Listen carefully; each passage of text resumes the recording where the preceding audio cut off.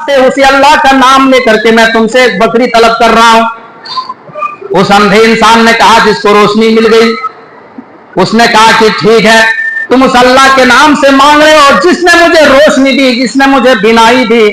जाओ, तू एक बकरी क्यों, तुम जितना चाहो, ये पूरी बकरियों का रेवड़ है, तुम जितनी बकरियां चाहो ले लो, मैं मना नहीं करूंगा। मेरे भाइयों, फरिश्ते ने कहा क्या है फला इब्ने फला, तू क्या चाहता है कि मैं फकीर हूं, मैं मोहताज हूं? अरे फला इब्ने फला, मैं फकीर नहीं हूं, मैं मोहताज नहीं हूं, मैं इंसान नहीं हूं, बल्कि मैं अल्लाह का भेजा हुआ दूत हूं, मैं अल्लाह का भेजा हुआ फरिश्ता हूं। अल्लाह ने मुझे तुम्हारी तरफ इम्तिहान के लिए भेजा था, अल्लाह ने मुझे आजमाने के लिए भेजा था, और तुम्हारे दो साथी नाकाम हो गए, दो साथी फेल हो गए, और तुम इम्तिहान में कामयाब हो गया। अरे मेरे भाई, तू बकरियों को अपने पास रखो और मैं वापस जाता हूं, मैं अल्लाह का भेजा हुआ फरिश्ता हूं। मेरे भाइयों, इस वाक्य से मैं ये बताना आप लोगों को चाह रहा हूं कि अल्लाह तबारक व तआला अगर कोई नेमत आपको दे रहा है तो उसकी आप कदर कीजिए, उसकी नाकदरी मत कीजिए, वरना अल्लाह रब्बुल आलमीन जिस तरीके से खुशहाल बनाना जानता है, देना जानता है, तो छीनने में अल्लाह रब्बुल आलमीन को टाइम नहीं लगता है। मेरे भाई, आज किस तरीके से देख लीजिए इंसान के अंदर, किसी को अपने माल में घमंड है, किसी को अपनी शोहरत पे घमंड है, किसी को अपने इल्म में घमंड है, किसी को अपनी खूबसूरती पे नाज है, किसी को किसी के ऊपर नाज है। जरा गौर कीजिए मेरे भाइयों, ये जहनियत, ये सोच, ये अनानियत, ये अहंकार अपने अंदर से निकाल दीजिए मेरे भाइयों। ये सोच बंद कर दीजिए कि हम कुछ हैं, तुम कुछ भी नहीं हो, बस मेरे भाइयों एक मखलूक हो, उसके अलावा कुछ भी नहीं। आज क्या जहनियत बनी हुई है समाज के अंदर, देख लीजिए मेरे भाई। अरे अल्लाह के नबी सल्लल्लाहु अलैहि वसल्लम की जिंदगी में भी माल की फरवानी आई, लेकिन आपके रहने की स्टाइल क्या था? यहां क्या है हालात साहब? एक नौजवान की शादी हुई 30-35 साल की उम्र में, उस नौजवान के पास पहले जो है चारपाई नसीब नहीं थी, अब उसको शादी हुई तो उसको डबल बेड मिल गया, सोफा सेट मिल गया, बैठने के लिए गद्दा मिल गया, बाइक मिल गई चलने के लिए। पहले उसको साइकिल नसीब नहीं होता था, अब उसके रहने सहने की स्टाइल बदल गई, लाइफ स्टाइल चेंज हो। क्यों? इसलिए कि माल जो है लड़की वालों की तरफ से मिल गया। मेरे भाइयों जरा गौर कीजिए, इमाम कायनात जनाब मोहम्मद रसूलुल्लाह सल्लल्लाहु अलैहि वसल्लम की जिंदगी पर जरा नजर डालो। अल्लाह के नबी की पहली शादी हुई 25 साल की उम्र में, और किससे शादी हुई? मक्का की सबसे मालदार औरत से, जिनका नाम हजरत खदीजा रज़ियल्लाहु ताला अन्हा है, जिनकी उम्र 40 साल है। 40 साल की उम्र से 40 साल की उम्र की वो औरत खदीजा नाम की औरत से अल्लाह के नबी का निकाह होता है, अल्लाह के नबी की शादी होती है। अल्लाह के नबी का जब निकाह होता है तो खदीजा ने अपना सारा माल, सारी दौलत, जो बिजनेसमैन थी, सारा माल अल्लाह के नबी के कदमों में डाल दी और कहा अल्लाह के नबी ये माल आपका है, ये सारा माल, ये दौलत आपकी है। लेकिन मेरे भाइयों, अल्लाह के नबी के रहने की स्टाइल नहीं बदली, आपके जीने का अंदाज नहीं बदला, आपके चलने का अंदाज नहीं बदला, आपके बातचीत करने का लहजा नहीं बदला। आप जिसमें खाते थे उसी में खाते रहे, आप जिसमें सोते थे उसी में सोते रहे, आपके रहने सहने की स्टाइल नहीं बदली। एक मर्तबा हजरत उमर फारूक रज़ियल्लाहु ताला अन्हु अल्लाह के नबी सल्लल्लाहु अलैहि वसल्लम से मिलने के लिए गए, अल्लाह के नबी से मुलाकात करने के लिए गए। क्या देखते हैं कि अल्लाह के नबी सल्लल्लाहु अलैहि वसल्लम अपने कमरे में सोए हुए हैं, कच्ची जमीन पर सोए हैं, चटाई में सोए हुए हैं, और चटाई में सोने की वजह से पीठ में निशानात पड़े हुए हैं, पीठ में निशानात। आज दुनिया का बड़ा सा बड़ा एमएलए हो, मंत्री हो, उसको नीचे बैठने के लिए कहो नहीं बैठ सकता है, एक विधायक नहीं बैठ सकता है, इलाका पंचायत का जो मुखिया है उसको आप जमीन पे बैठने के लिए कहो, बिना कुर्सी के बिना चेयर के नहीं बैठ सकता है, कहेगा हमारी तौहीन कर रहे हैं आप।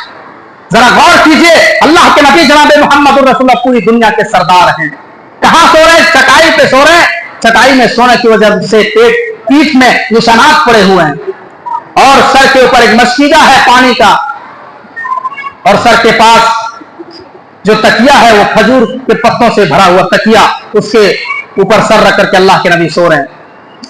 हजरत उमर फारूक रज़ी अल्लाह ताला अन्हु जब अल्लाह के नबी से मिलने के लिए जाते हैं, आपकी जब लाइफ स्टाइल देखी, आपका जब ये सादा मिजाज जिंदगी देखा, हजरत उमर फारूक की आंखों में आंसू आ गए, आप ज़ारों की तार रोने लगे। अल्लाह के नबी जनाब मोहम्मद रसूलुल्लाह सल्लल्लाहु अलैहि वसल्लम ने पूछा, आए उमर बिन खत्ताब, आए उमर तुम क्यों रो रहे हो? रोने की वजह बताओ, रोने की रीजन बताओ, तुम क्यों रो रहे हो? आए उमर बताओ, तुम्हारे आंखों में आंसू है, आखिर तुम क्यों रोते हो? हजरत उमर फरमाते हैं, आए अल्लाह के नबी, मैं इसलिए रो रहा हूं कि यहूद नसारा के ये कैसे किसरा के बादशाह, ये यहूद नसारा ये नरम गरम बिस्तरों में आराम फरमाते हैं, सोते हैं, और आप अल्लाह के आखिर रसूल हैं, आप नबी हैं, हमारे पैगंबर हैं, और आप ये नीची जमीन चटाई में सोते हैं, ये आपको शोभा नहीं देता है, ये मुझे अच्छा नहीं लगता है, इसलिए मेरी आंखों में आंसू है।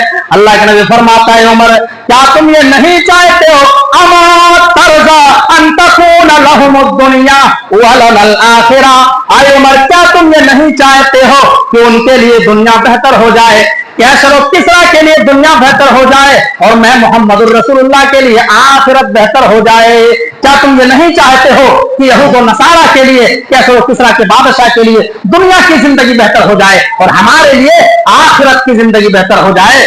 कहा अल्लाह के नबी क्यों नहीं, कहा हम तो दुनिया में एक मुसाफिर की तरह आए हैं, दुनिया में चंद साल रहेंगे और फिर अल्लाह को प्यारे हो जाएंगे। मेरे भाइयों, कहने का मतलब ये हुआ कि अल्लाह के नबी सल्लल्लाहु अलैहि वसल्लम इस दुनिया में रहे, अल्लाह के नबी के पास माल की फरावानी आई, लेकिन आपके रहने सहने की स्टाइल नहीं बदली। इसलिए अल्लाह के नबी को वेदों में कहा गया कि आपने साधुओं की तरह जिंदगी गुजारी। आसिना साधुतमडम षडेश्वर्या गुणंविता, अंतिम महर्षि की पेशीन गोई करते हुए भागवत पुराण के अंदर कहा गया, आसिना साधुतमडम षडेश्वर्या गुणंविता, अंतिम महर्षि जो दुनिया के अंदर आएंगे वो साधुओं की तरह अपनी जिंदगी बसर करेंगे, साधुओं की तरह अपनी जिंदगी गुजारेंगे। साधु किसको कहा जाता है मेरे भाइयों?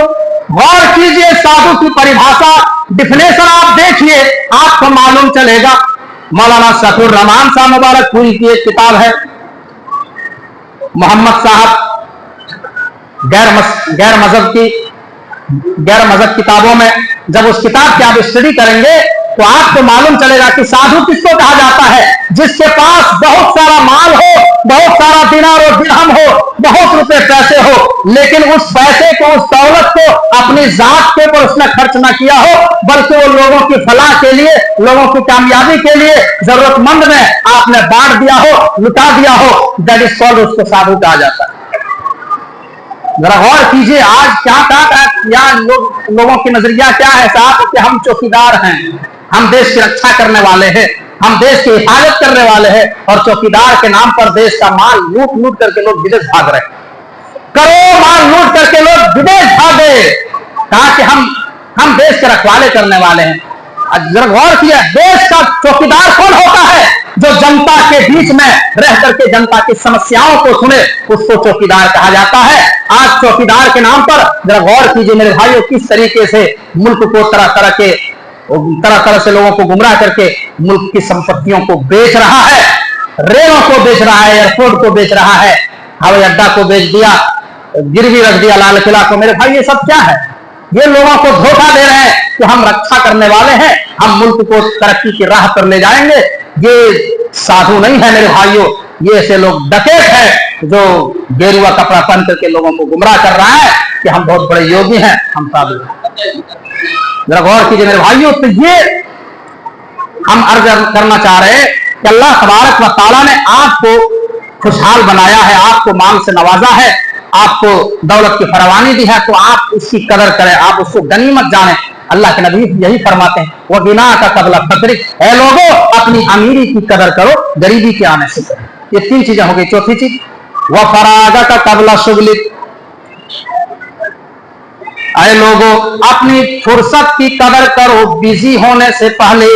तुम्हारे पास टाइम है, वक्त है, अभी तुम्हारे पास वक्त है, आप फुर्सत में अल्लाह रब्बुल आलमीन की इबादत, आप समय का इंतजार मत कीजिए कि हमारी उम्र जब इतनी होगी तब हम नमाजों की पाबंदी करेंगे। मेरे भाई, कितने ऐसे लोगों को हमने देखा समाज और सोसाइटी में कि वो पहले 5 टाइम की नमाजी थे, वो कुरान की तिलावतें भी करते थे, रमजान में रोजे की पाबंदी भी किया करते थे, और जब वो किसी काम में लगे, नौकरी करने गए, ऑफिस में जॉब करने के लिए गए, वो नमाज तो छोड़िए, जुमा भी उसके लिए मुश्किल हो जाता है, ना रमजान में रोजे रख पाते हैं। क्यों? क्योंकि शाम हमारे यहाँ ना इफ्तार का इंतजाम है, ना शहरी का इंतजाम है, हमारे पास नमाज पढ़ने के लिए यहाँ इंतजाम नहीं है, टाइम नहीं है। जरा गौर कीजिए, जब आपके पास टाइम था, जब आप फुर्सत में थे, तब आपने वक्त की कदर नहीं की, आप बिजी हो गए, तब अल्लाह की इबादत करोगे। तो यही अल्लाह के नबी फरमाते हैं, वो फरागत कबल शुगलिक, ऐ लोगों अपनी फरागत को गनीमत जानो बिजी होने से पहले। तो ये 4 चीजें हो गई, आखिरी चीज बयान करके हम अपनी बातों को खत्म करेंगे।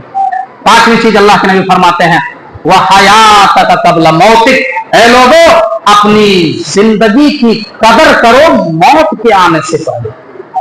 ये जिंदगी मिली है ना मेरे भाइयों, हम और आपको एक ही मर्तबा मिली, मौत आई, नेकी करने का चांस खत्म हो जाएगा।